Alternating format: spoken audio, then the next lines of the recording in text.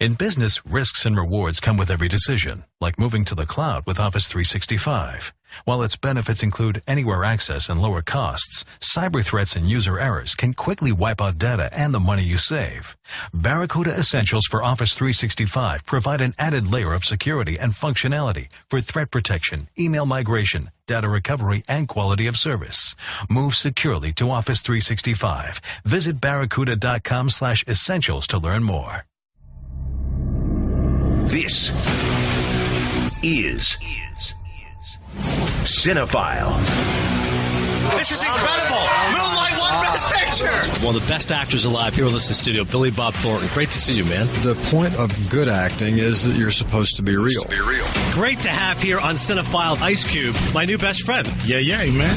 Here's the man himself, Robert De Niro. Who can tell what a reaction will be to a film? That nobody knows. Viggo Mortensen. It's one of those movies that when it finishes, you go, now what's going to happen? Big guest, Mark Wahlberg. Ted was one of those pivotal moments in my career, like Boogie Nights, where, the subject matter just seems so ridiculous and absurd. Yet, when reading the script, you never want to put it down. Cinephile. The Adnan Verk Movie Podcast. Oh, man. I just got finished saying how you have to be on point vocally as Jim Brockmeyer, and I completely punted that one. Darren Aronofsky's self-pitying cinematic rending of Garments is repulsive, transparent, and pointless. A grotesquely wrapped gift box of utter banality. That might be one of my favorite critic quotes to start the podcast. That's what Marianne Johansson of Flick Philosopher. Mother! With an exclamation point. Mother! One of the films we'll be reviewing this time on Cinephile. Great to have you with us, as always. Check us out on iTunes. Rate and review us. I do the movies at a 4 Maple Leafs. Please do them at a 5 stars. Thanks to all those who listened last time. Last Rampage, currently available VOD. Robert Patrick, check it out. Great podcast coming up for you today. As always, whatever the people want, we're going to give them. Jeff had tweeted, can you do Dustin Hoffman Actors Showcase? I said, you bet I can. Plethora of choices. One of the great American actors. Dustin Hoffman gets the Actors Showcase. Streaming suggestions with movies coming out next month. One of my favorite interviews that we've done so far in Cinephile. The great Richard Lewis will join us to talk about the new season of Curb. And we talked about Score, the documentary. And so Matt Schrader, the writer-director, is going to join us. His camp got a hold of me after they heard me give a positive review last time in the pod. So he said, want to talk to Matt? I said, let's do it. So he's got a lot of good background on the documentary. I urge you to check it out. Once again, I saw it on DirecTV, but I'm sure there's lots of other options in terms of streaming to find Score documentary. And also,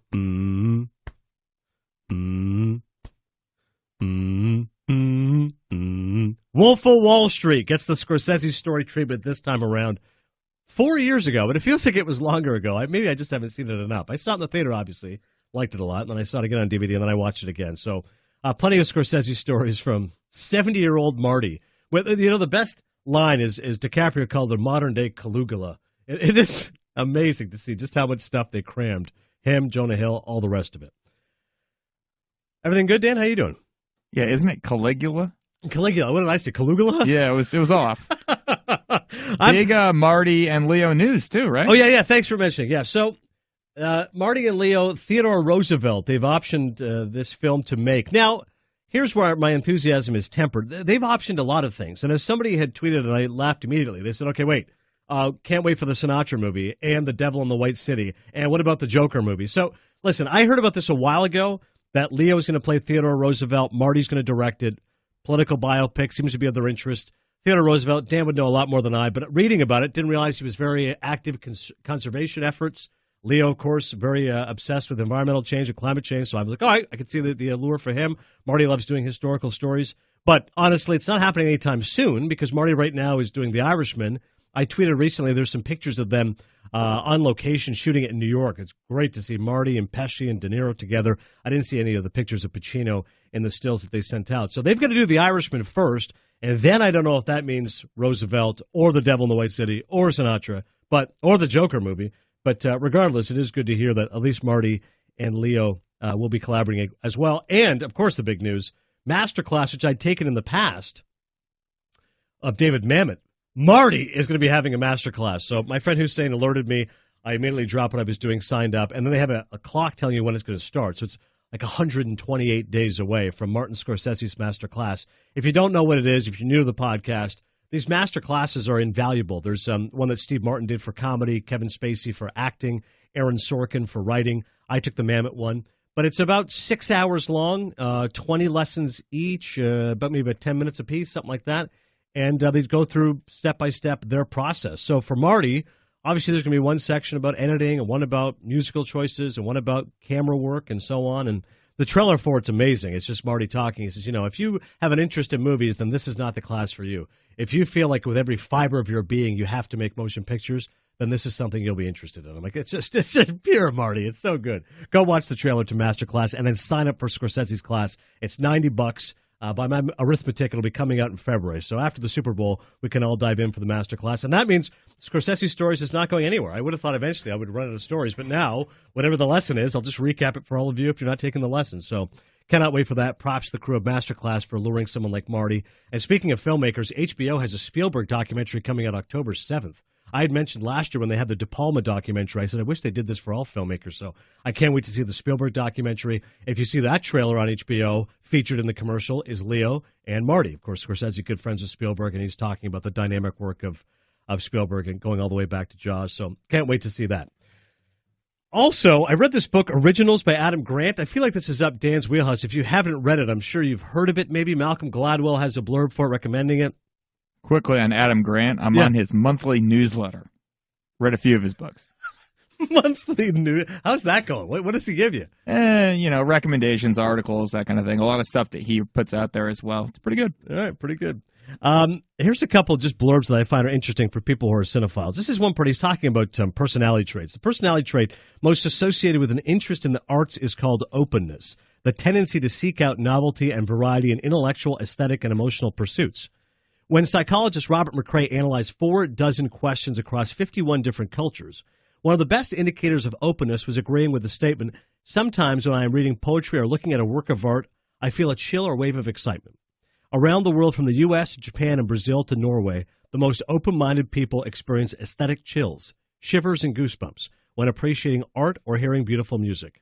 I acquired a strong taste for music, Charles Darwin once wrote, so that when listening to an anthem, my backbone would sometimes shiver. Not to put too fine a point on it, but with a film that I love, that's exactly how I feel. So it's good to know that there's actually some psychological basis for this. Now you understand when someone says, I got chills down my spine. Later on, this is an important note, I think, for filmmakers. As iconic filmmaker Francis Ford Coppola observed, the way to come to power is not always to merely challenge the establishment, but first make a place in it and then challenge and double-cross the establishment. You got to get in there and then show people what you're supposed to do, which is an interesting philosophy. And both of those points with regards to openness and challenging the establishment, I think correlate to one of the movies we're going to talk about. One of the things that I like here, too, this is for anybody who always feels like maybe they're not accomplishing their best work or should have already done this. And I used to feel like this. I used to always think Orson Welles did Citizen Kane when he was 25. And I'm 25 and I'm worthless here watching Blue Jays games on my TV. And this is why it's important. In film, for every Orson Welles, whose masterpiece, Citizen Kane, was his very first feature film at age 25, there is an Alfred Hitchcock who made his 3 most popular films 3 decades into his career. At ages 59, Vertigo, 60, North by Northwest, and 61, Psycho. In poetry, for every E.E. Cummings, who penned his first influential poem at 22, and more than half of his best work before turning 40, there is a Robert Frost, who wrote 92% of his most reprinted poems after 40. What explains these dramatically different life cycles of creativity? Why do some peak early and others bloom late? So it's an interesting book. Check out Originals, How Nonconformists Move the World by Adam Grant. I just thought those movie blurbs would be interesting.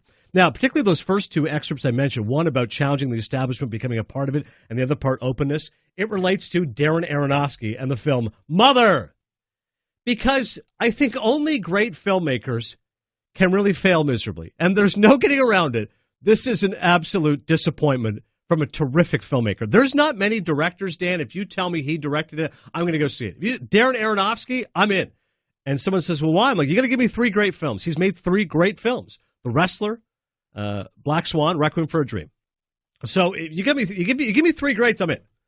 Noah, it was all right. Wasn't great. The Talking Rocks I could have done without, but I enjoyed Russell Crowe. I thought it was different what he was trying, so let's go see Mother. So I go in blind, which is how all of you should go see this movie. You should not know anything about it. If it's too late, well, then what can you do? And by the way, I'm going to give plenty of spoiler alert. I want to tell Dan what it's about because Go ahead. And just for the record, Jennifer Lawrence, who stars in the film, says you should not go in blind. You should read up on it before you see it. No, I'm glad you pointed that out, because I went in blind, and the first hour is suspenseful and chilling, and I like where he's, has shades of Black Swan, and I read a lot of people saying, it's like Rosemary's Baby, and I don't necessarily like that connection. I saw somebody tweet, anybody who says Mother is like Rosemary's Baby has not seen Rosemary's Baby, which I thought was quite funny. It's like, if you just know it's a horror movie and it's Polanski, there's a bunch of people stuck in a hotel. I guess it's kind of like that. But I guess there was some shades of it. But the first hour, again, it's Bardem and Lawrence, and they're married, and Ed Harris comes to their house, and he needs some help, and then Michelle Pfeiffer shows up, and that's his wife, and away we go from there. And there's lots of creaks and sounds and psychological nuance, and it feels a little bit like Black Swan, and then it just starts to go bonkers. And I treat this podcast as just an opportunity for me to tell my friend Dan about a movie I saw. So this is the spoiler alert. I'm giving all you 10 seconds right now. Go ahead.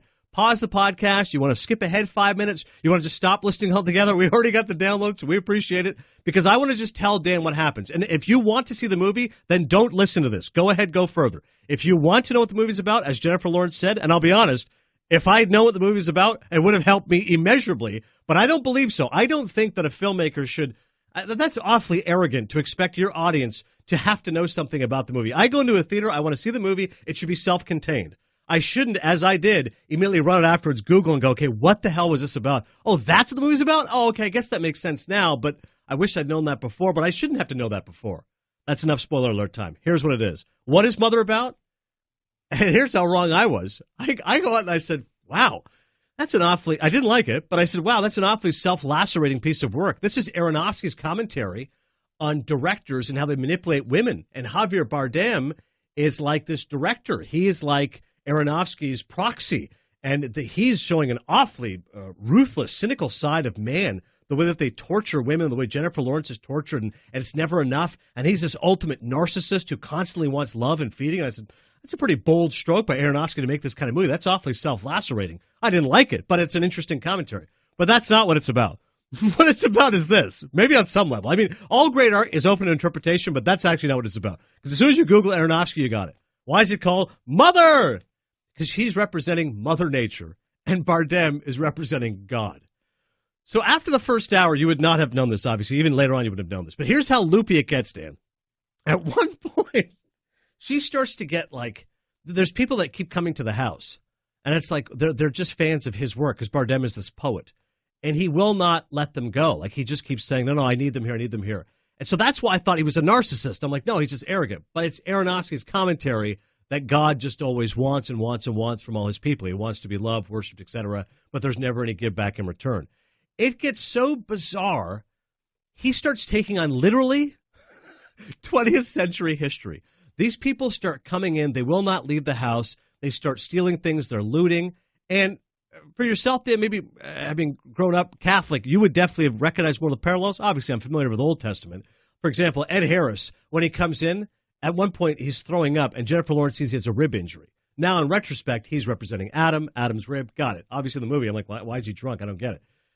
And you go from there. But like some of this New Testament stuff, they go in the house, they start raiding it, they're looting it. There's a couple of people keep jumping on this sink. And Jennifer Lawrence is like, stop, touch them. At this point, it's pandemonium. People are robbing things, they're stealing them. She's like, stop. Why won't you tell them to leave? And Bardem will not let them leave. And at one point, they're jumping on a sink. And she goes, stop. Like little kids jumping on a sink. She goes, stop. The sink goes in, and that's representing of the flood. I was like, all right, interesting. Okay, again, it's heavily symbolic. And if I had known this, I'm like, all right, well, I see where he's going. He lines it up.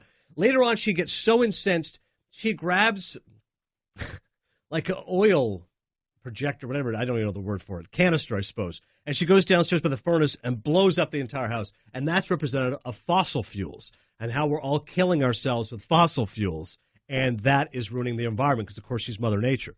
Now, if Aronofsky is a huge environmentalist and he's a huge atheist, and all that is fine, and he's clearly using this film for his pet causes, but it is just so overwhelmingly self-indulgent, and it's just so obscure that if you don't know that, you're just completely confused and you find it ludicrous. Now that I do know that, going back, I say, okay, well, at least it now makes sense, but that doesn't mean I was entertained by it or moved by it.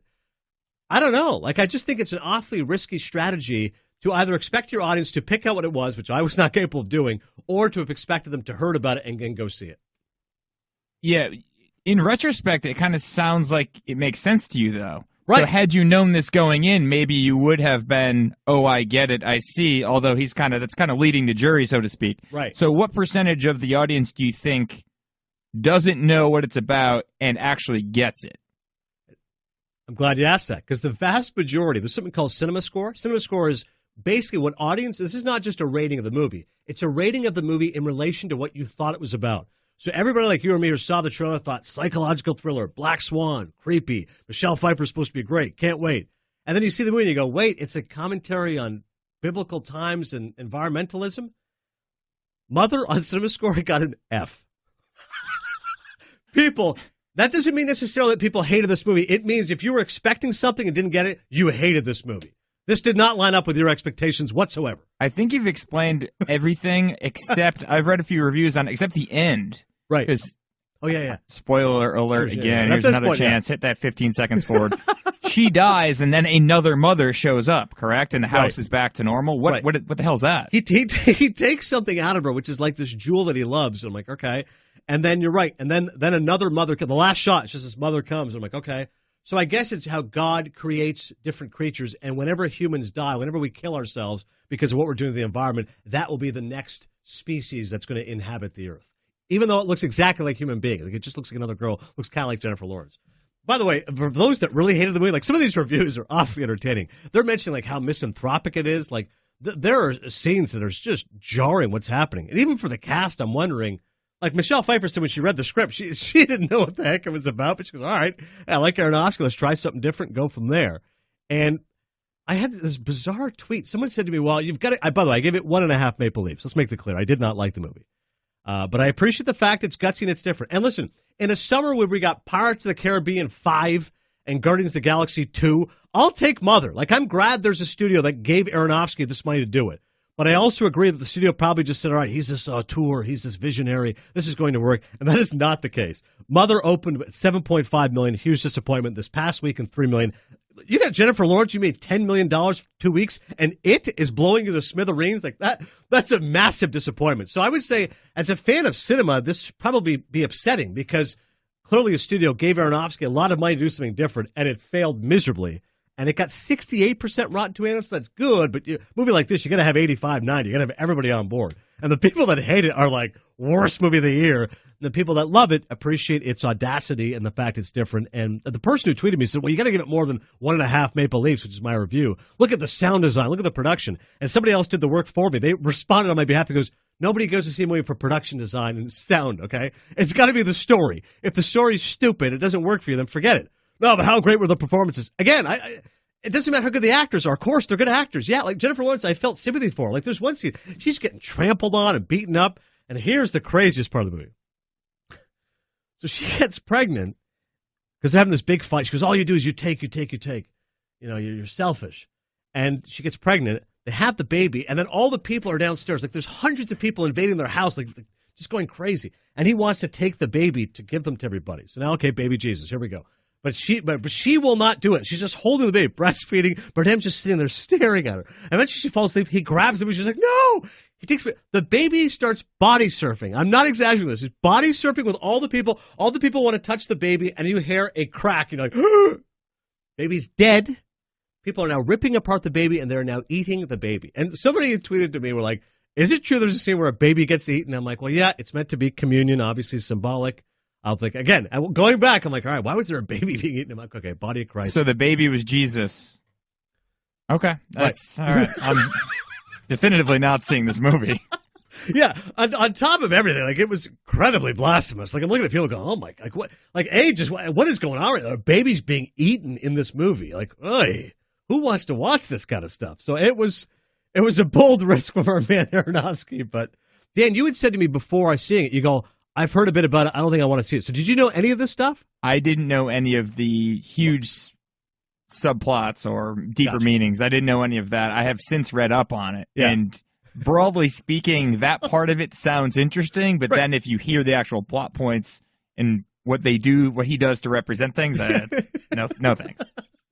Yeah, so our friend Cerruti was like, well, I was raised Roman Catholic, so I'm kind of interested to see how it lines up. And I said, no, listen, it's all interesting in theory, but I'm telling you, it's not a good movie. You're not going to sit there and go, yeah, this is fascinating. It will line up with certain text in the Bible, but that doesn't mean it's worthy of watching. So anyways, welcome back to all those who just flew through the podcast who want to hear something else. Mother, I'm giving 1.5 Maple Leafs. I'm avoiding it. A movie I am recommending is Stronger. And this surprised me because I said, all right, it's not that the story of Jeff Bowman, who lost his legs in the Boston Marathon bombing, isn't important or compelling, but to be perfectly blunt, we've seen a lot of stories about inspirational movies, and I figure this one's probably going to be rather cliched, and it'll be well done, but heavy-handed and all the rest of it. But instead, I was pleasantly surprised, and there's three people to thank for that. One is Jake Gyllenhaal, who gives an excellent performance and underplays it, very sensitive, and two is Tatiana Maslany, who plays his girlfriend, who I don't know her work, but people who watch a lot of TV tell me she's great in Orphan Black, and she plays his girlfriend, who conveys all the requisite emotions you'd expect of somebody who's thrust into the role of caregiver, rather reluctantly so. And the third person is David Gordon Green, and that's the director of the movie Stronger. David Gordon Green, to me, is fascinating. Whereas a guy like Aronofsky, who's made great movies and now, unfortunately, has made a dud, but at least tried hard, David Gordon Green came out of the box with this incredible movie called George Washington. Those who know their indie movies have seen it. He's this director from North Carolina. I remember watching George Washington, and it was one of the most beautiful movies I'd seen in the last 20 years. Tim Orr is a cinematographer. It's about a group of these poor black kids growing up in Carolina. It's like a poem. Beautiful. And I said, can't wait to see this else this guy's going to make. All the Real Girls is a second movie. Sweet romantic story. Well done. Okay. Since then, though, he's been all over the map. It's almost like he's this director who had these indie roots and then just all of a sudden got hooked up with gross-out comedies. Like, it's so weird. He directed The Sitter with Jonah Hill. It's supposed to be awful. He did Your Highness with Danny McBride, which is awful. He's done the TV show Vice Principals with Danny McBride, which I've seen a couple. It isn't very funny. So it's all. I would love to meet David Gordon Green. I'm like, how did you go from this like indie director, this guy who just made these gross-out comedies, but now he's gone back to something that I think is his forte, which is a sensitive, character-driven story. And what the movie does really effectively is it shows how people who are heroes have no desire to be heroes. Jeff Bowman is a guy who works at Costco, working class Boston. Enough the movie, by the way. Enough with these Boston stereotypes. Endless scenes, guys drinking beer, watching the Red Sox. Come on, hit it harder. But along with that, works at Costco, regular guy, etc. On again, off again relationship with Tatiana Maslany. She's running in the marathon. He wants to go see her. And then he's near the finish line, and then the bombings happen, and this horrible atrocity, and go from there, and he loses his legs. And the first thing when he wakes up, and he has to write, and his friend starts freaking out that he's awake, he does have a great sense of humor, Jeff Bowman. He writes Lieutenant Dan. Because the guy tells you, hey, your legs are gone. He just stares at him. He's like, Lieutenant Dan. He's like, yeah, that's what you are now. And he's like, oh, man. And the CGI is really well done. I mean, obviously, they have to recreate the fact that Jeff Bowman does not have anything below his kneecap. So there's a lot of scenes of Gyllenhaal just grimacing and agonizing facial expressions as he's, trying to, and it is called acting for a reason. He's going to just do this. So I'm sure just during the production of it, it was very challenging for him to try to play a guy who does not have anything below his kneecaps. And there's like some scenes of the surgery and the wrapping of bandages. Like, I think there's just so much more into that you just take for granted. You just figure, all right, he lost his legs, whatever. But that's like, no, the taping of it, callousing, blood, moving, taking a bath, going to the bathroom, all these kinds of things. And the movie really shows in depth how challenging that is, along with the self-pity that he feels, along with the fact he's pretty much becomes an alcoholic. He just sits around drinking with his buddies, and all the emotions that he goes through. There's one scene where he goes to a Bruins game, and I'm sure this happened to Jeff, but, Boston Strong has now become this motto, and he's not revealing his cards, but you can tell he's just not really comfortable with the whole situation. And then his girlfriend's there. She's going to put him on the wheelchair. He's going to have the big American anthem and wave the flag,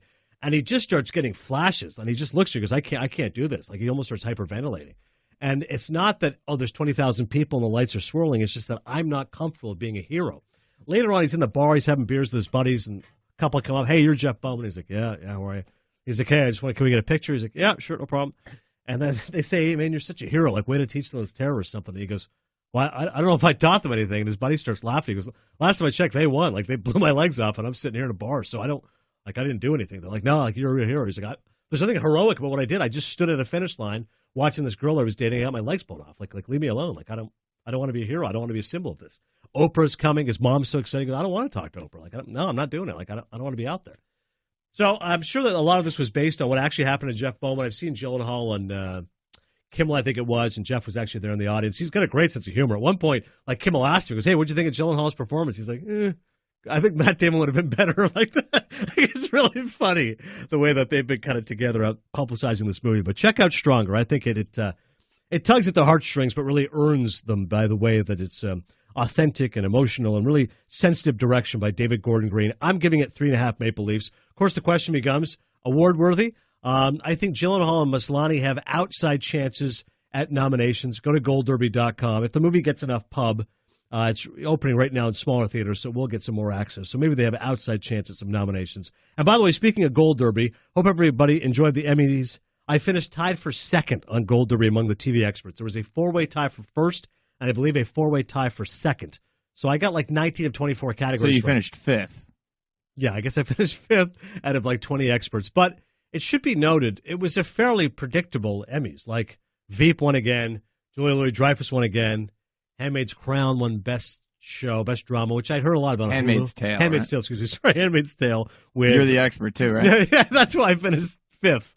Elizabeth Moss, who was in Mad Men. I was most thrilled. Riz Ahmed won for the night of. Dan and I really liked that show. I thought Colbert did a good job. It was pretty funny. But anyways, goldderby.com. You can check out all the latest with regards to those picks. Quickly, Lego Ninjago, 2 Maple Leafs. Not as good as the other Lego movies. Lego Batman's a tour de force compared to this one. Predictable. At this point, the novelty is worn off. It doesn't have any of the irresistible wit or charm of the previous 2 Lego movies. But I did like the father and son story. I'm always a sucker for a nice father and son story, so it's sweet. So dads and moms looking to catch a nap, tape your kids. Kids will enjoy it. You'll get through it. Lego Ninjago movie, 2 Maple Leafs. Now the moment you've been waiting for. One of my favorite interviews so far on Cinephile. Dan is going to play this for you just to show you how difficult this was to try to get Richard Lewis to pay attention. He just goes. Like the mic's on, he goes. You cannot say, all right, Richard, wait for a second, 3, 2, 1, as you'll take a listen to right now. All right, we're going to knock this out now. We're going to go all over the place. 3, 2. You're listening to Cinephile. I know, but that's what I do. I am all over the place. No, but I like Don't it. try to change who I am. How dare you? You're listening. What if I told you to do your entire thing, bring your studio to North Korea? Okay, you're listening to Cinephile, the Adnan Burke Movie Podcast. The great Richard Lewis is joining us. The new season of Curb Your Enthusiasm premieres October 1st, the 9th season. And, of course, he's still doing stand-up, richardlewisonline.com. Richard, I'm a huge fan. We got to start with this. Me and my cousins went and saw you a few years ago. You were in Toronto, my hometown. You were playing Just for Laughs or Roy Thompson Hall. And your best bit was about how now at an advanced age, your testicles have sagged so much that when your doctor gives you a rectal exam, he takes a running start to give you a colonoscopy. I just want to know, is that still the case? No, it's not the case because my testicles are missing. They were rolling down a hill a week ago, as long as you're going to ask this disgusting question. So now I just have something without, there's no bookends anymore. It's sad. My wife has left me. No, I'm sorry. That's I'm in a clinic now at UCLA and at Cedars-Sinai. They're trying to glue something back with paper mache. You happy? I'm sorry. You happy? It was such a great bit. It killed, Richard. It killed. I had to follow up. I'm sorry. I don't even remember doing those shows. Was I in? I did. Oh, was I there with? I was in Toronto, right? Yeah, exactly. You were great. We were like, we got to go see Richard Lewis. How many more opportunities are there to see Richard Lewis? And you were fabulous. How about me? I'm 70. I could drop that on this phone call. I can't believe I'm 70. I've been doing this for 49 years. I'm really ecstatic about being on Curb. Curb's been on for 17 years, other than the 5-year hiatus that selfish bastard took. But Larry David's a buddy of mine. We were born in the same hospital. I just mentioned on another show. So what's the difference? Right, you're on the Dan Le Batard show. Yeah, that was great. Yeah, who cares about him? He's a jerk. Listen, but I want to talk more about. He puts me down. He calls me his nemesis. I'm no nemesis. I like doing his show, and he asks his fans to vote if they dislike me. Yeah, no, what's wrong with him? I know you can't take it personally. It's always fun. You can't take it personally. But listen, your stand-up, Richard. I'm just kidding. No, of course. Go on. Mel Brooks put it best when he said, "Richard Lewis may just be the Franz Kafka of modern comedy." New York Times said this renowned comedian, often considered to be the heir to Lenny Bruce, is a master of long-form storytelling who turns his endless neurotic energy into brilliant comedy. I think this is true of more than anyone I could think of, Richard. Your comedy is therapy, and you're one of my favorites. You, Gary Shandling, Richard Pryor, because you guys put it all out there. There's nothing to hide when you're performing. At what point did you find that voice? Did you realize you could channel all this pain into humor, be the Prince of Pain? I was about 5 hours old, and I was being put down by my family, and I went, I'm going to tell everybody the truth. Otherwise, it's pointless. And even though I was gurgling and sucking on one of those nipples, not my mother's, I'm talking those rubber nipples. No, I got you. And I did a show for a nursery school, and no one understood what I was talking about because I was sucking on a nipple. They knew that here's the deal, honest, no bull crap here. I just felt that if I knew who the greats were, Pryor and Carlin and Lenny and these guys, and they told the truth about how they felt about life. And when I was a young kid listening to them, I said, listen, if I can't tell the truth about how I feel, what's the point of being a comedian? You know, I'm not putting myself with those guys. They're Mount Rushmore, but I'm just saying, when I go on stage and tell the truth, I feel less alone. And by the way, most people have the same problems anyway. They all do. And hopefully, like I mentioned half hour ago, Curb does start soon, and I am be performing through January. And if we can just get these gigs in before we bomb North Korea, then I can, have some more money for my wife. RichardLewisOnline.com, by the way, you can follow all those stand-ups. No, you don't have to go online. The people know when I go to a city, I advertise it. I'm going to be doing a casino in Florida with Artie Lang, who's a buddy of mine. We're both recovering drug addicts, and in Vegas there's like a 50 to. If you put $5 down that we finish the show alive, you can win over $300,000. I love Artie Lang's book, but Richard, your book is great. The Other Great Depression. No, Artie Lang's book was much more real. I liked Artie's book. Artie's a brilliant, brilliant guy. I love him. He's a sweetheart. He's an addict. You always feel bad for. You don't have to be a celebrity to be a drug addict. I know a lot of plumbers. I know a few badminton professionals. Yeah, they're all drug addicts, So the truth is, but he is a brilliant guy, and I just pray for the guy. He saw me at Carnegie Hall 30 years ago, and that's when he told me he decided to become a comic. So, he's really excited about working with me, and I'm excited about working with him. I think he's magnificent. We're both drug addicts, and Vegas is having a blast. It's even off the board on one of the hotels. I think it's the Caesars. They don't even have us finishing the show. No, that's horrible. No, that is horrible. But listen, 23 years in recovery, and I think I wish you had done more of this. This is just a fan talking, Richard. But that movie, Drunks, I thought was terrific because you saw Drunks. Yeah, thank you. I thought you were great in it and I think you could do more dramatic roles. You're obviously hysterical, and I know stand-up and Curb, occupy so much of your time. But I think you would be a great dramatic actor, and you proved that in Drunks because you had such emotion and authenticity in that role. Well, thank you very much. It's a great movie. It's on Amazon, and people. I was just proud that I got the role. I mean, I went up against every big actor in Hollywood practically, And here's the deal. I'm a comedian first. I'm very, people know Richard Lewis, and I remember people, saying, "Oh, he's a good actor, but he's such a neurotic maniac." I wasn't going to play Daniel Day-Lewis's role in Abraham Lincoln. They wouldn't have put me in there. That would have been great. Score and how many years? What's score mean again? A very self-loathing Lincoln. Yeah.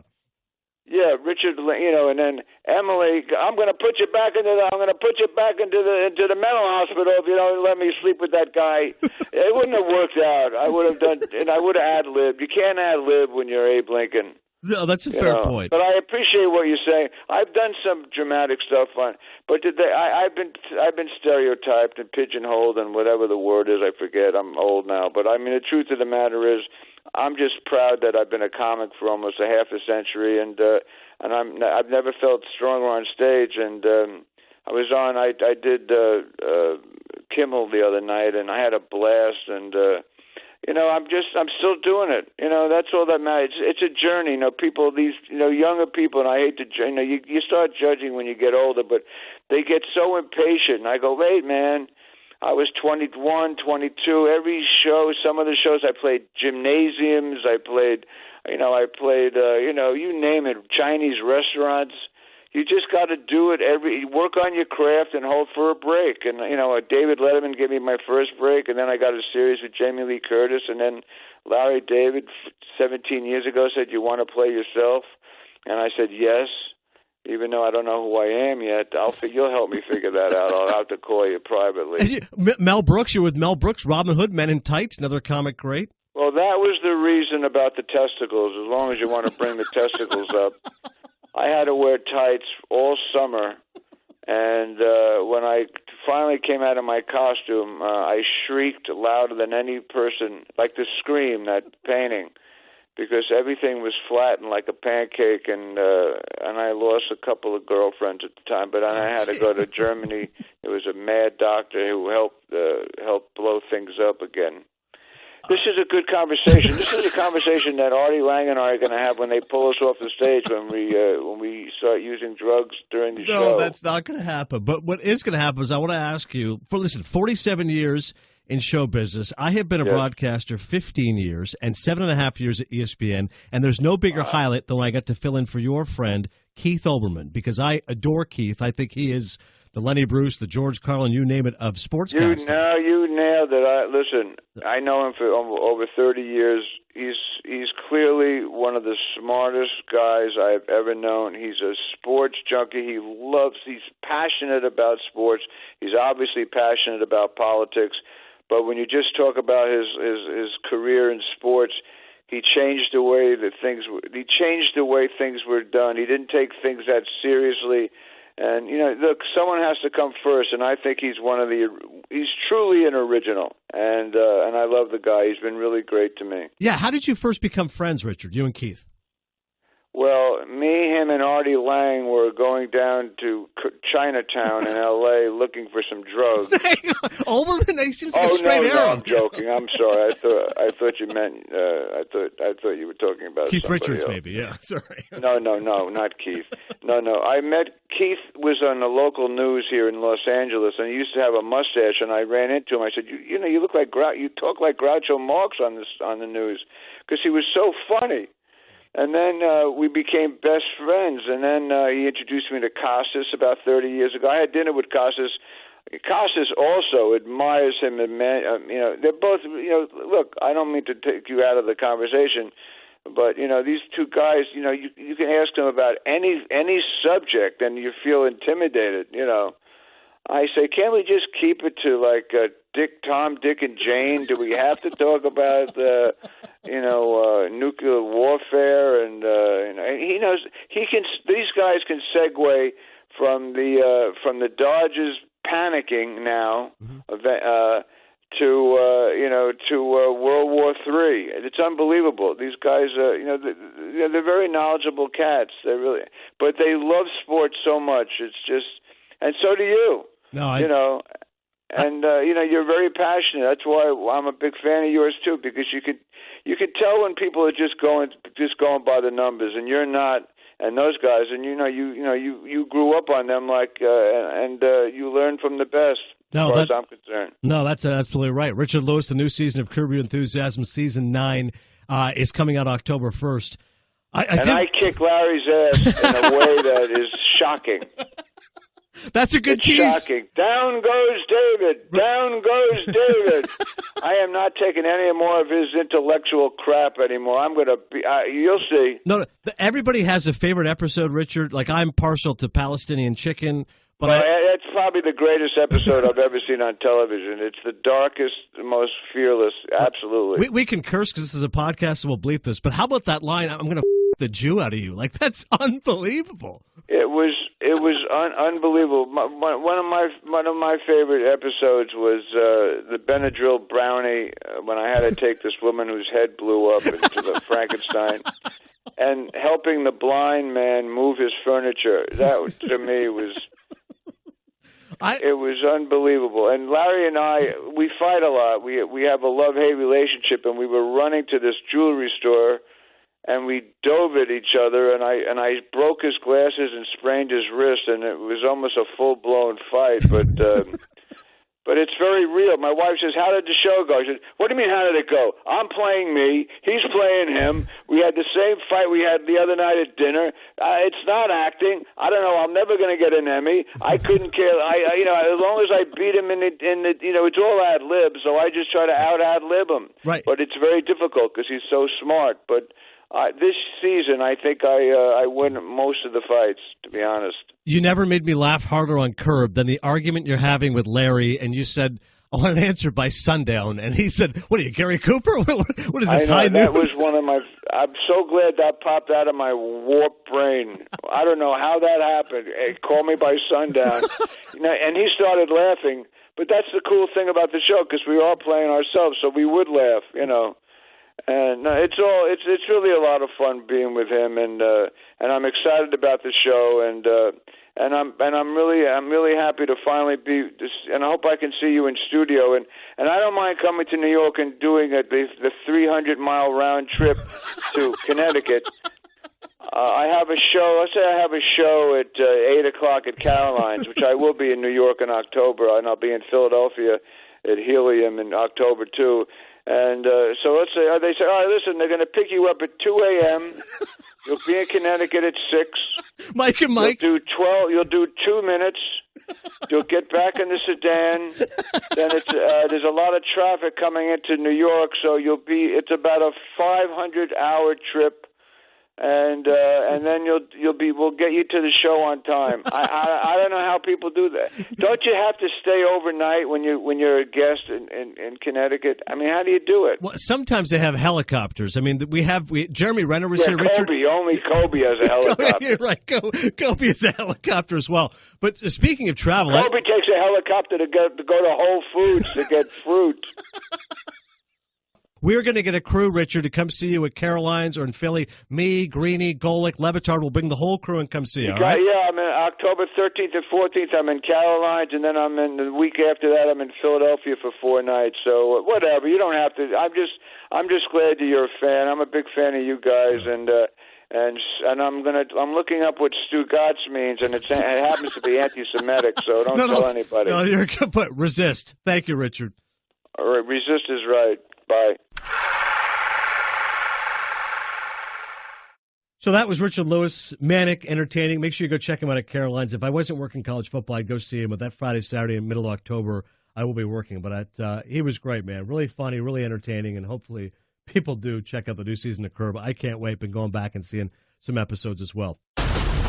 Actors Showcase. Actors Showcase. Our friend Jeff tweeted. He said, I want Dustin Hoffman. I said, all right, you want one of the best. Here we go. Thankfully, Hero did not make the cut, nor did Ishtar. Soft spot for Dick Tracy, playing Mumbles. Here's the ones that didn't make the cut. Barney's version, he's great as Giamatti's dad. Kramer versus Kramer, iconic performance. Straw Dogs, awesome. Mathematician, Sam Peckinpah directing, he's got to save his wife. Lenny, playing the immortal comic Lenny Bruce, one of Richard Lewis's favorites.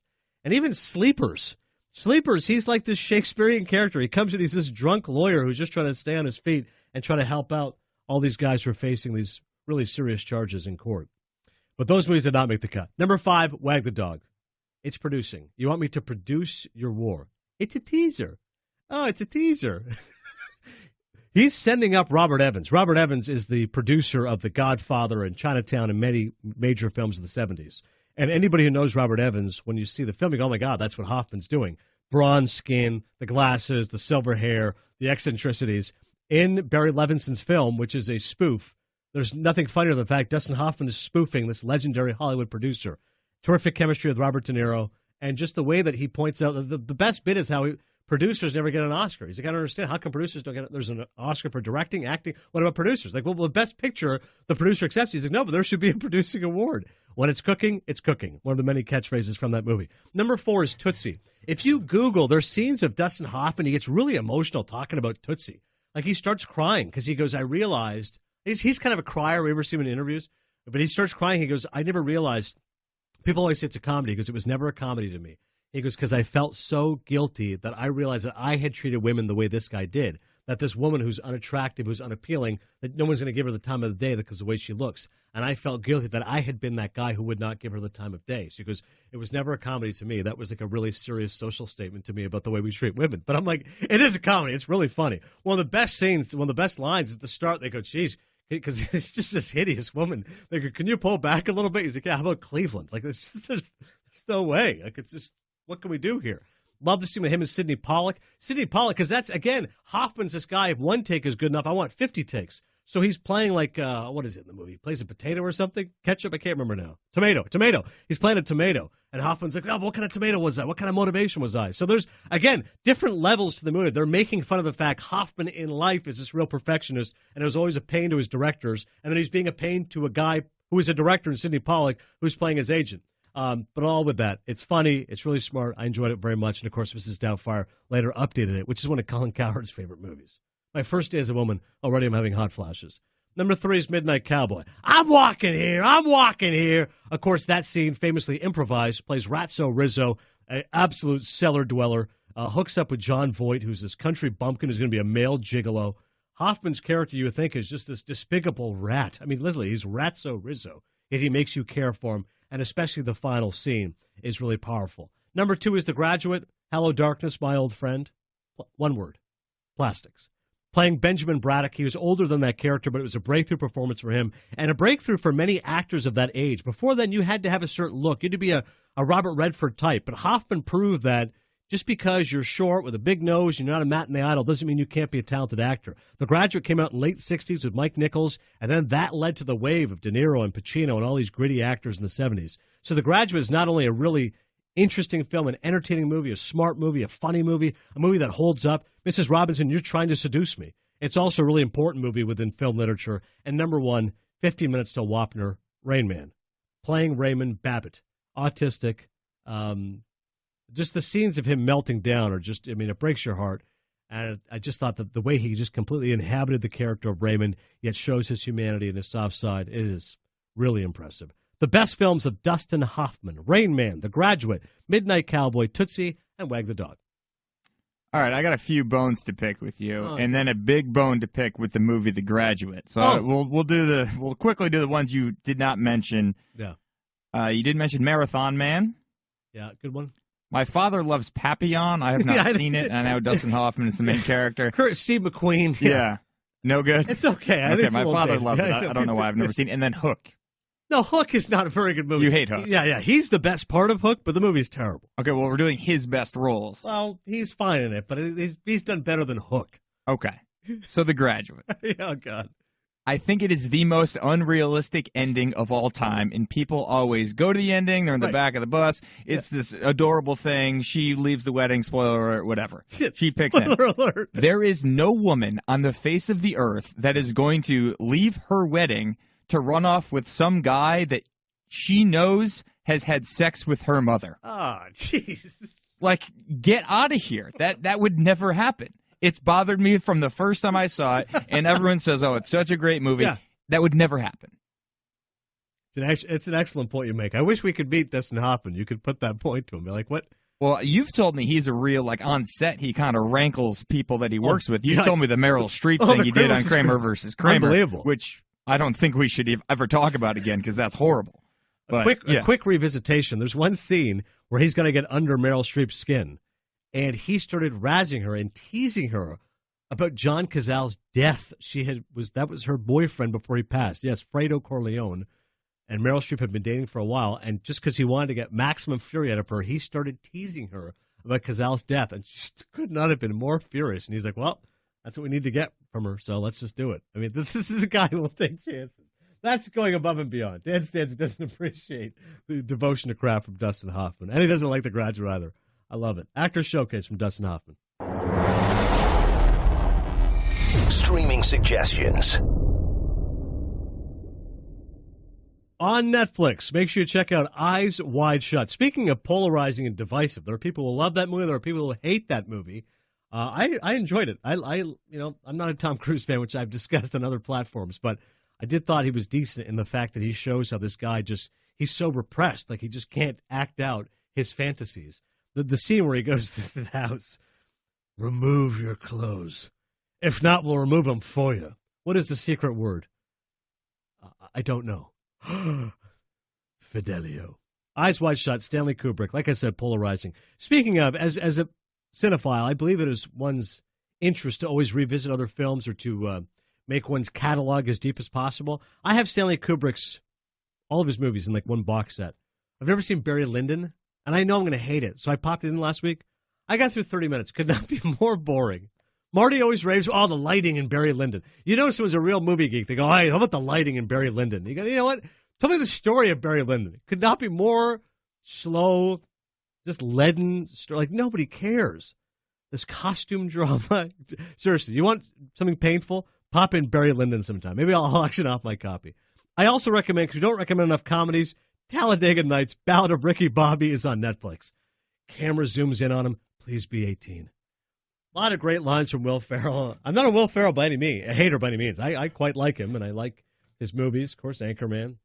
Old School is great. Talladega Nights, Ballad of Ricky Bobby, I think is pretty funny. I'll give it 3 Maple Leafs. It's on Netflix. Amazon Prime, how about this? Let's go in a different direction. Let's give it some love to female protagonists. Election, starring Reese Witherspoon, very funny. Alexander Payne, satire. Matthew Broderick as well. Margot at the Wedding, Jonathan Demme directed, Your Girl Hathaway. And Ghost World with Thora Birch. Terry Zwigoff directed. I love Zwigoff because he did the documentary Crumb, which I've gone on record as saying is my favorite documentary of all time. Ghost World is a fiction movie that he did about adolescence. It's funny, quirky, goofy. Steve Buscemi's in it. Check out Ghost World. And HBO Now, Master and Commander, Russell Crowe movie that I enjoyed. If you love nautical disasters and those stories of that ilk, you'll enjoy it. Monsters Ball, one word, unrated. The unrated version of Monsters Ball. You're going to see a lot of people on HBO Now this month. And also, Stuck on You. Speaking of comedies, I like the Farrelly brothers playing twins, Greg Kinnear and Matt Damon. Eva Mendes bringing it. We wish we had an unrated version of Stuck on You, but I thought it was funny as well. Master and Commander, Monsters Ball, unrated, and Stuck on You. As you heard recently on Cinephile, I raved about the documentary Score, and now pleasantly, the writer and director of that documentary, Matt Schrader, joins us now on Cinephile. Matt, thanks so much for coming on today. Yeah, thank you for having me. So I love this connection. Claire Atkins, my fabulous producer who works with me on college football and college basketball, when she saw the tweet that I'd seen Score, she goes, oh, I know, Matt, we went to USC together. And so she is giving me the first question, which is this. You were working, you had a regular job at, I think, insurance, and then you left it to go pursue this documentary, which, as Claire tells me, was awfully risky. Can you give me the backstory to this, Matt? How did this project come together? Yeah, I mean, I was actually, it wasn't insurance. I was actually in journalism, in kind of a different field of journalism, investigative journalism. So I was doing a lot of, some of the fun kind of journalistic stuff, doing some undercover stuff and some confrontation type things, mostly for local news. And this idea was kind of popping around about a documentary on film composers. And I kept wondering why this documentary hadn't been made. I've always had a huge interest in it. And there came a point where, I called a couple buddies and they were kind of interested in the idea too. I said, well, let's give it a few months and take a leap and see if we get somewhere. So I left my job and just, financed the start of what ended up becoming the film on my own savings, which wasn't much starting out. And we gained a little momentum. So it was a really kind of cool, it's been a really cool jump for us. But it did involve a leap right at the start, for sure. I have to put on my investigative journalism hat, Matt, and ask him, probe a little bit. How much money was this? Because I want people to realize the risk you were taking when you're dipping in your own money here. Well, I mean, I ended up spending about $11,000 on just on some different equipment that we needed to kind of shoot the basics of this stuff. It wasn't enough to do the whole film. Right. Luckily, we were able to then put together a couple crowdfunding campaigns, and people all over the world started giving us, $25 here and there, or some people even more than that. And that really helped us finish the film. It couldn't have been done without kind of either of those components. So it was really cool because we ended up having people from, 43 or 48 different countries around the world that were actually giving us money before any film existed so that we could finish the film. So it was a kind of a cool crowd-funded support kind of a thing. Yeah, that is very cool. I love the fact that it came together, and I hope it's as successful commercially as I think it is critically, because obviously it's gotten good reviews. I enjoyed the documentary. And like you said, this is a part of filmmaking for all film lovers. It's something that often goes underlooked and underutilized. When you actually start paying attention, which I've now done, Matt, since seeing your documentary, how often there's just little subtle, instances of score. I watched the King's Speech again, and I was just listening to the score more now, realizing how it's impactful. And I love that section of the movie where you explain the whole point of motifs and how you'll get that in, let's say, the Lord of the Rings trilogy. What was it about music and film that captured your attention? Well, I mean, I think I've thought this for a while. The music that we listen to in a theater, typically we don't pay attention to, but we feel it. So we have the same effect as if we're really listening intently to the music. And it's this subconscious thing that kind of lives underneath the story, and we interpret it as the story. And sometimes we even look at the actors that are on the screen and we say, wow, that was a really strong performance. A lot of times it's because of the music. It's causing us to interpret the movie in different ways.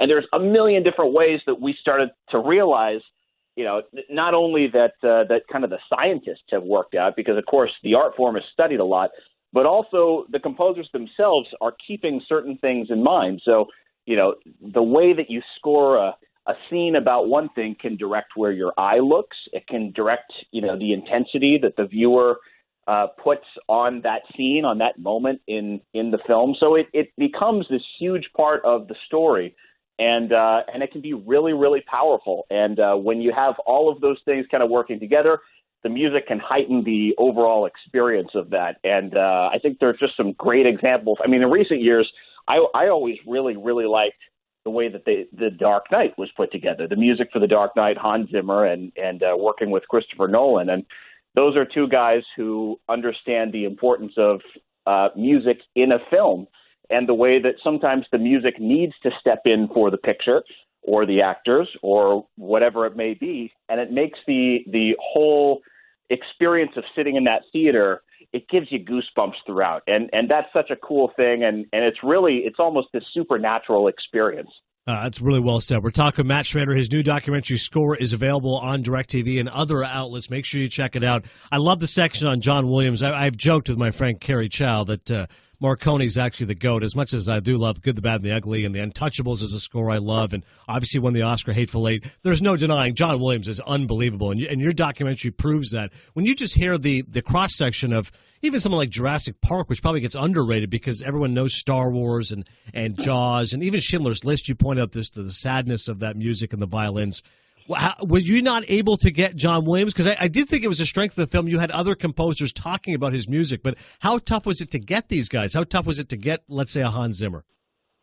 Yeah, it was pretty tough. It took us quite a while to try to, these are some of the most in-demand people, not just in the music world, but in all of Hollywood.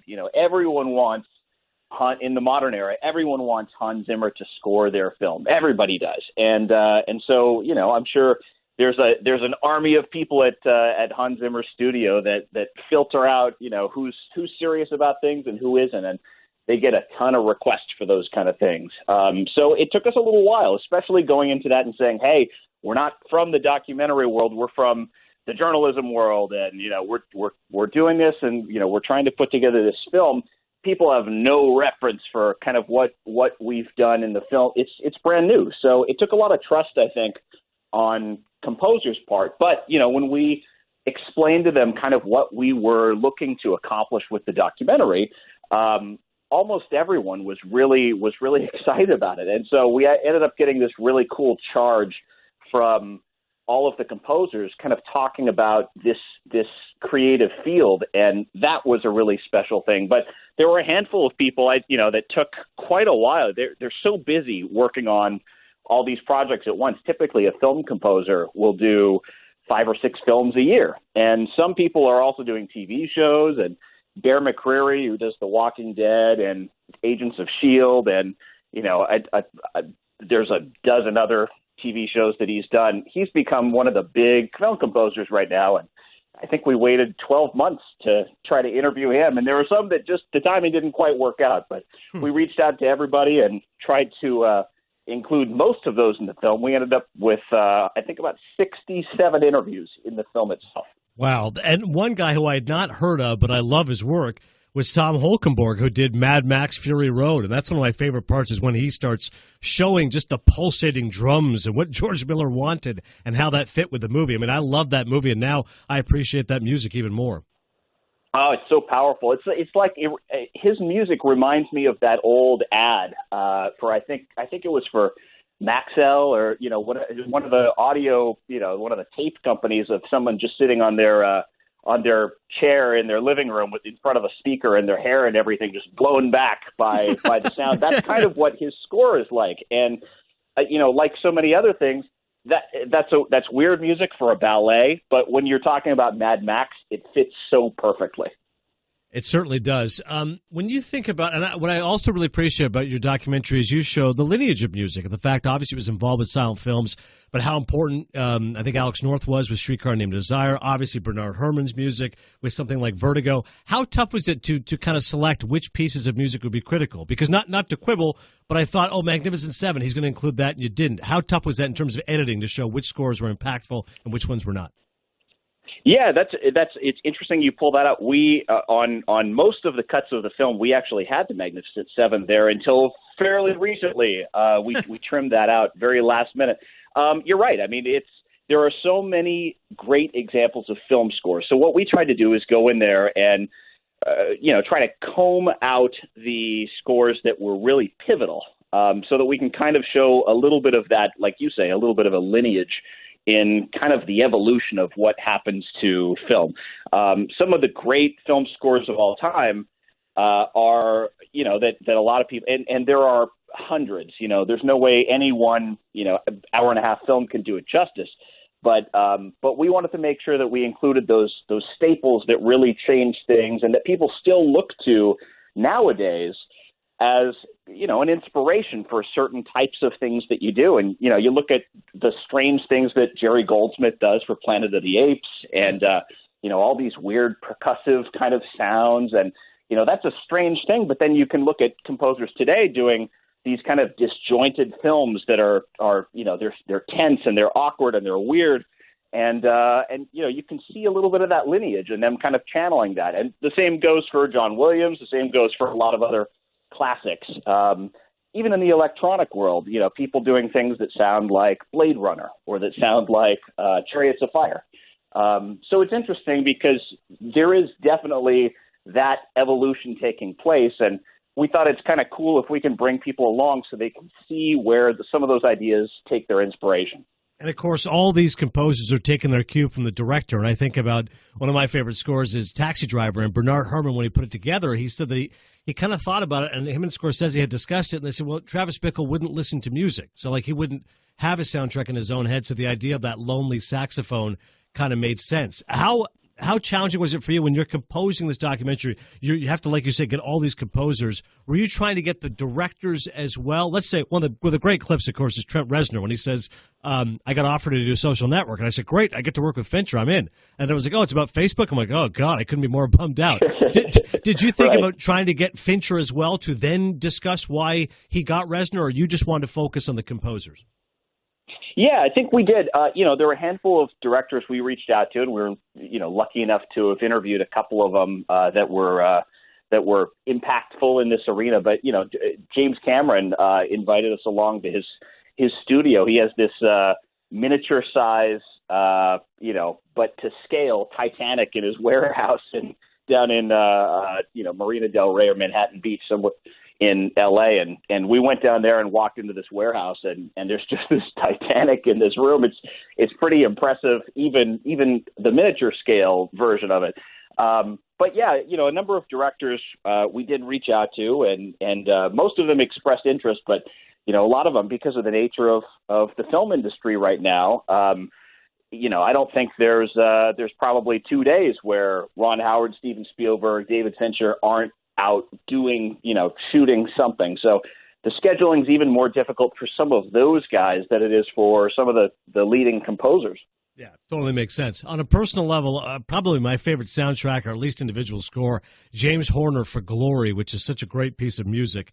Oh, yeah. I love the one. What about for you? What are some personal favorites of yours? Well, I've always really loved what Hans Zimmer does, because it's kind of this modern blend of the orchestra and kind of taking all of the history and all of the, Hans Zimmer thinks of the orchestra as technology. It's technology that's from a different era, but just because it's wooden instruments doesn't make it boring. It makes it, it means it's more evolved, if anything. So I really like the way that Hans Zimmer blends together some of the electronic elements with that orchestral sound. But we are getting into this kind of era now where, you can create any type of sound really in the world, or even things that have never existed before through the use of computers. And it's a little bit abstract because, it's not mapped out quite as much, but it means that there's this infinite horizon for what music can be. It doesn't have to be something recorded off of a string on a violin or something. Now it can be something that is, maybe it can't be reproduced on an instrument. It has to go through all of these super advanced algorithms and everything that a computer can do. And you look at someone like Junkie XL, Tom Holkenborg, who did Mad Max. He's got 6 servers of computers all wired up so that he can use samples and, blend everything together. And it's super advanced stuff that's even pushing the kind of computer engineering side of the music industry. So I keep seeing kind of this cutting edge in this industry, and that's the cool thing, because the pop music world doesn't really do that. But in the film scoring world, you're always looking for the next thing, and that makes it really kind of infectiously cool. I love your passion and enthusiasm, and I appreciate the fact you came on. Matt Schrader, his documentary is called Score. Make sure you check it out, all about the music of motion pictures. I have a CD. It's like, going way back, 4 CDs called Cinema Century, and it's like 4 CDs of like great music, and it's credit to your film. I've gone back now, started listening to all that great music again. Even like the Pink Panther, you can appreciate how good that soundtrack was, or at least the title track. Matt, thanks so much. Appreciate it. Thanks for having me. A Scorsese story. Steve Madden. Every time I see Wolf of Wall Street, I can't do that enough. Jonah Hill trying to tell Leo DiCaprio they're all on drugs. Steve Madden. Talk about taking chances. Wolf of Wall Street has got everything in there. A modern-day bacchanalia. What a funny word. It's got everything in there, okay? Normally Marty's movies have a lot of violence, a lot of profanity. This one just overloaded with sex. We got orgies on planes. We got think about the devotion to craft Leonardo DiCaprio did in this film. He has a candle stuck in his buttocks. Then, as we can only assume, hot candle wax poured on his back. He also sniffs cocaine out of a woman's buttocks, has sex with 6 women, shows his bare buttocks, simulates fellatio on another man, Steve Madden. I mean, this is an actor who clearly wanted to go all the way, and Leo does so. I think it's his best performance, certainly his most entertaining performance in The Wolf of Wall Street, what we're revisiting this time on Scorsese Stories. Only came out 4 years ago, but clearly this is what I was most amazed by with this. Marty's 70 years old, and it's arguably his funniest movie. Like King of Comedy, he always says is not a comedy, even though I think it's really funny. It has some dramatic, serious elements in it. So this is pure comedy. This is a dark, dark comedy. But it's funny. Like if you go to a theater, it's under the comedy section, Wolf of Wall Street. And it's 2 hours and 52 minutes of just guys getting after it. And for those that love it, it has this wonderful energy about it. It's the closest movie he's made to resembling Goodfellas in terms of the direction and the camera work and the rise and fall. Young guy enters this corporation, enjoys it all, drugs, sex, rock and roll, inevitable decline, and then finds some sort of denouement. So I think for anybody who loves Goodfellas, they always point to Wolf of Wall Street, obviously different in terms of stockbrokers and gangsters, although if you talk to different people, they'll say it's kind of the same art form in terms of all the stealing and cheating they're doing. A few observations about it, though. One is Jonah Hill, who is just fantastic in the movie. And he has said this. He goes, no matter what happens in my life, Scorsese thinks I'm awesome. He goes, that's all I care about. The fact that Martin Scorsese is the greatest director of all time, and he cast me in this movie, and I'm just some fat guy who does these stupid movies. The fact that Marty cast me in this movie, because that's all I care to me. And he made the movie for scale. which he talked about with Howard Stern, who was just appalled by this. He's like, what do you mean? He goes, DiCaprio gets $20 million and you get scale. He goes, how much is that? And I don't know if Jonah Hill actually confessed the amount, but I think if he did, it was something like $100,000. And he goes, wait, you made $100,000 for this movie, which took like 4 months to make, and DiCaprio's getting $20 million? He's like, well, yeah, but like I'll make my money on 21 Jump Street and like stuff like that. Like that's fine. Like I can get money elsewhere. This is a chance to work with Marty. I'll do it for scale.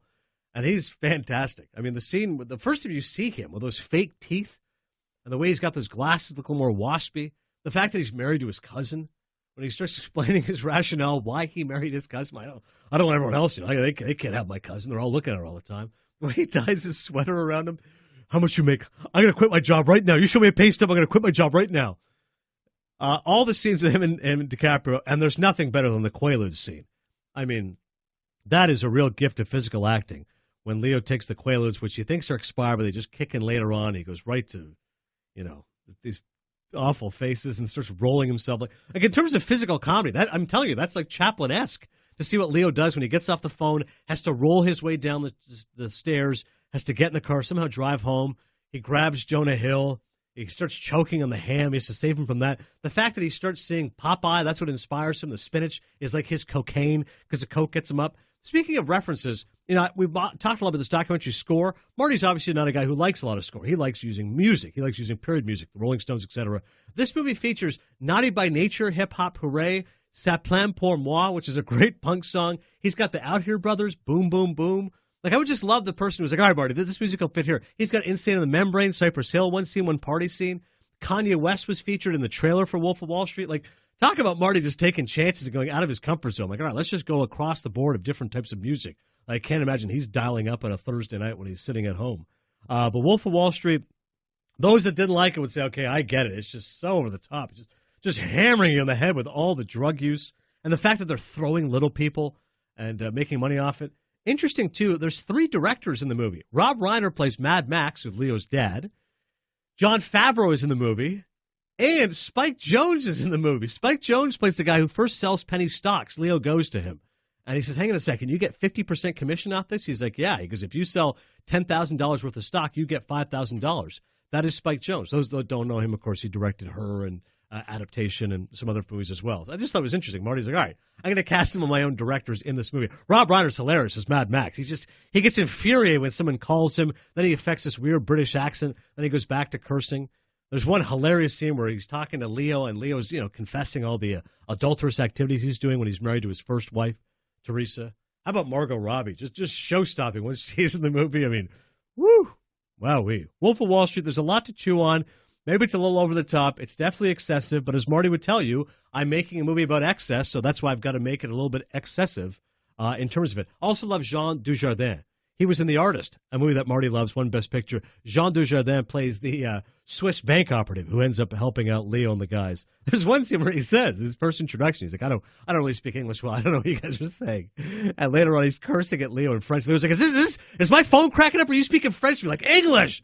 They start getting mad at each other. How about the special effects, too? The yacht scene where the boat just goes on fire, the plane crashes. I mean, there's just, literally, Marty threw everything in the kitchen sink at Wolf of Wall Street. It has as many admirers as it does detractors. It was a huge success at the box office. It cost like $100 million to make, but I think it grossed at least $150 domestic and did really well worldwide. And, of course, the reviews were 77% Rotten Tomatoes, good. Those that didn't like it, obviously, for the reasons I mentioned, 5 Oscar nominations. It was up for Best Picture, Best Actor for Leo, Best Director for Marty. Didn't win anything, but it did vindicate the fact that they were really trying to go all out. Wolf of Wall Street, where do you rank it, Dan Stanzik, among Marty movies? It feels so different because I think of Marty and I think older films. I think Goodfellas. So it felt like a modern movie, so it didn't really feel like him. Right. My biggest quibble with Marty, and you know this, is he was excessive in everything, including how long the movie was. Like 252? Are you kidding me? Yeah. Like, get me 220 at most. So, right. I mean, it was funny. It was great. I enjoyed it, but it dragged on and on and on. So, rewatchability. You're not watching it again. The entire thing from start to finish, it would take a lot to rewatch the entire thing. So it's probably not in his top 5 for me. Not one of his top 5, but definitely one of his most purely entertaining movies. And I love the scene of him and Leo and Kyle Chandler on the yacht. So good, because they're both just like sharks circling each other's prey. And they're pretending to be jovial and chummy with each other. And then eventually, Leo offers the guy a bribe, and there's another guy on the boat. Kyle Chandler motions over. He's like, "Can you say that one more time?" You sound like you're trying to bribe him. He said, No, there was no bribe. No bribe. No, that's what it sounded like, Jordan. He's like, okay, get off my boat. Get off. Okay, now the artifice is over. No more pretense here. We hate each other. I'm the bad guy. You're the good guy. You're going to try to capture me. I think you're some bum who rides a subway who wanted to be what I am. And Kyle Chandler's like, I got no respect for you. One of these typical rich boys. I'm going to get you. Really, really great scene. That's actually one of my favorite scenes in the movie. And there's no hijinks to it. The directing is very straightforward. Reverse camera over the shoulders. No tricks, no music. It's just a great 10 minutes of back and forth between Kyle Chandler and Leo. Wolf of Wall Street, definitely entertaining. This was a lengthy pod, but I hope you enjoyed it. We'll be back next time. Plenty more reviews. Blade Runner 2049, getting good reviews. Ryan Gosling, Harrison Ford. That'll be reviewed on the next time we're talking here on Cinephile. Until then, I'll see you at the movies. Don't miss out on the next episode of Cinephile. Subscribe to the Adnan Virk Movie Podcast by clicking the Listen tab in the ESPN app. You're listening to Love Advice with Leanne. Caller, you're on the air. Hi, Leanne. Longtime listener, first-time caller. Why, in your professional opinion, do you never take my calls off the air? Is this Carl? Yep, it's Carl. I mean, we had a few dates. Everything was great. I thought, Well, when you switch to Geico, you could save a lot of money on car insurance. Okay, awesome. You should call them. I will. Geico, because saving 15% or more on car insurance is always a great answer.